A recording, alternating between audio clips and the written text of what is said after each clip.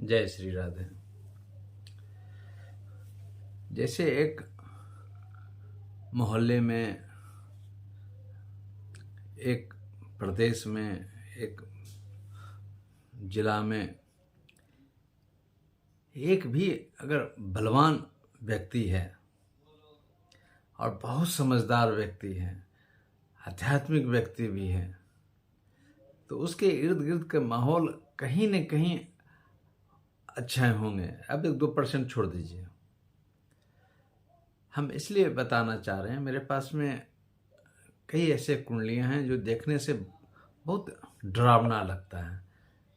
ये हो सकता है, वो हो सकता है, और होता भी है। सिर्फ कल्पना मात्र नहीं है, सिर्फ प्रेडिक्शन मात्र नहीं है, होता भी है। पर बड़ा गजब का नैरो स्केप करके उस प्रॉब्लम को लोग सोल्व भी कर देते हैं। इसका सब सच्चाई में जाने की बात होती है तो एक चीज अवश्य है कि उस जो भी ग्रह, अगर जैसे द्वादश का बात है या सेकेंड हाउस, कभी कभी मार्केट भाव देते हैं, 8 हाउस है, उसके इर्द गिर्द अगर 1-2 भी ग्रह अगर अच्छे हैं, पॉजिटिव हैं, शुक्र हैं, बृहस्पति हैं, बुध भी हैं, बहुत सिचुएशन को जो प्रतिकूल जा रहा है उसको अनुकूल करने में मदद। अब जैसे एक कुंभ लगन है, द्वादश में शनि और केतु बैठे हुए हैं, शनि की दशा चल रहे हैं,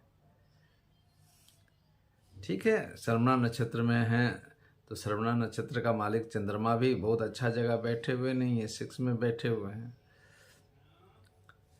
बट शनि के दशा में पत्नी के साथ अलग थलग भी है, पर कई क्षेत्रों में वो नेम और फेम, इवन द्वादश का शनि तो आध्यात्मिक चेतना भी देता है और प्रतिष्ठा भी देता है, पर मनी भी दे रहा है। उसके बाद मैरिज लाइफ अगर गड़बड़ है तो फिर अच्छा भी हो रहा है। ड्यू टू कुंभ राशि में लगन में बृहस्पति महाराज जी बैठे हुए हैं, अच्छे अंश में बैठे हुए हैं, तो नेगेटिविटी भी दे रहा है, पॉजिटिविटी भी। शनि उतना ही नेगेटिविटी दे रहा है ताकि आप उसको बर्दाश्त कर सकें। शनि के जो नेगेटिव ऊर्जा है उसको कैसे हम अच्छे जगह पॉजिटिव एडजस्ट कर सकें, इसलिए बताना चाह रहे हैं कि अगर हमारी कुंडली में कुछ बहुत बुरे ग्रह चल रहे हैं, अगर बगल अगल में एक अच्छे हैं, इसका मतलब आपको बगल अगल में 1-2 बंदा अच्छा मिल जाएगा जो आपको हाथ पकड़ पकड़ के, या कहीं अगर दुर्घटना भी हो गए तो आपको समय पर कोई न कोई बंदा आपको अस्पताल भी पहुंचा दे रहा है, पैसे भी दे रहे हैं, ब्लड भी दे रहे हैं। ये अपने पीड़ित ग्रह जो हैं उसके पड़ोसी को भी आप देखिए। अगर पड़ोसी आपके अच्छे हैं तो निश्चित रूप से आपके विपरीत ग्रह भी आपको सुधारने की बात करेंगे। एक मीन लगन की कुंडली है, लगन में उच्च के शुक्र हैं, द्वादश में सूर्य भी हैं, मंगल भी है, शनि भी है, और सूर्य की दशा है,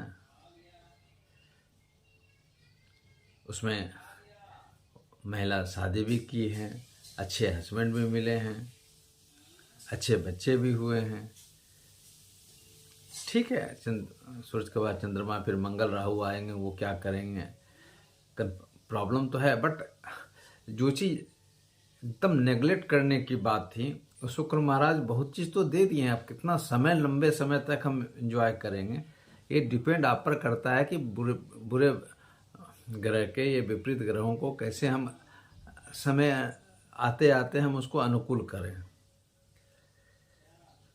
प्रॉब्लम आते हैं, और शनि और राहु मंगल जो बैठे हुए 12वां में उत्पाद करेंगे ही, और फिर शुक्र लगन में बैठे हुए हैं, बहुत कुछ उसको न्यूट्रलाइज कर लेते हैं। अगर शनि और मंगल के प्रभाव को अगर हम मैनुअली न्यूट्रलाइज करने की बात करें तो लाइफ को हम बहुत सक्सेसफुल और पीसफुल ले जा सकते हैं। देखिए, एस्ट्रोलॉजी को ये दिमाग में लेके चलेंगे ना कि एस्ट्रोलॉजर सब प्रॉब्लम को सॉल्व कर देगा, ये भी एक जीने का तरीका बताता है, कहाँ कहाँ पर आपको रोड़ा है, कहाँ पत्थर है, कहाँ कुआं है, कहाँ स्लिप कर सकते हैं। उसके बाद अपना एनर्जी, पॉजिटिव एनर्जी लगाइए कि उससे कैसे हमको निकल सकते हैं। लोग एक कॉन्सेप्ट बनाए हुए हैं कि ये जप कर दिए, करा दिए, ये पाठ कर दिए, करा दिए, एवरीथिंग विल बी चेंज। इसके लिए आपको मेहनत करना पड़ेगा। वही अगर आपके कोई पापा ग्रह के बगल में कोई अच्छे ग्रह अगर बैठे हुए हों तो फिर आप सामने वाले से एनर्जी लेके आप उसको बहुत हद तक काट दीजिएगा। ग्रहों का जो सिस्टम है ना, उसको अगर पकड़ते हैं ना, बहुत हद तक आप अपने परेशानियों से दूर हो सकते हैं। चाहे कर्जा हो, चाहे बीमारी हो, चाहे रिलेशनशिप में हो। अगर 7th हाउस में राहु शनि बैठे हुए हैं, अगर बगल में बृहस्पति बैठे हुए हैं, तो कोई ना कोई बंदा आपको समझाने के लिए, बुझाने के लिए आ जाएगा आपके पास में। और 70-80% प्रॉब्लम आएंगे, नहीं आएंगे ये बात नहीं, पर उससे आप नैरो एस्केप करते हुए निकल जाएंगे। बीमारी में भी है, कल तो लग रहा था कि बाप रे बाप, ये तो कैंसर हो सकता है, ये हो सकता है। उसके बाद हुआ कि हो सकता था, मगर आप अच्छे समय पर आ गए, इसका ट्रीटमेंट आप कीजिए। एक ज़बरदस्त रूप से आपको आगे सिग्नल मिल जाएगा। बट आपको सिग्नल खोजने के लिए, ऐसे पहले मोबाइल में एंटीना लगा हुआ रहता था, अब सब इनबिल्ट है। तो अपना वो इनबिल्ट वाला जो दिमाग वाला एंटीना है उसको आप करके रखिए। देखिए ना कैसे चीज़ें आप कंट्रोल कर सकते हैं। हम इसलिए कुछ कुछ कॉन्फिडेंस के साथ बोलते हैं कि कुछ लोग ऐसे जुड़ जाते हैं या जुड़े हुए हैं कि कभी कभी आश्चर्य होता है कि ये इतना उटपटांग ग्रह इतना आसानी से कैसे सॉल्व हो रहा है या बहुत शांत कर दिया है। जैसे वो उल्टा करके बात करते हैं।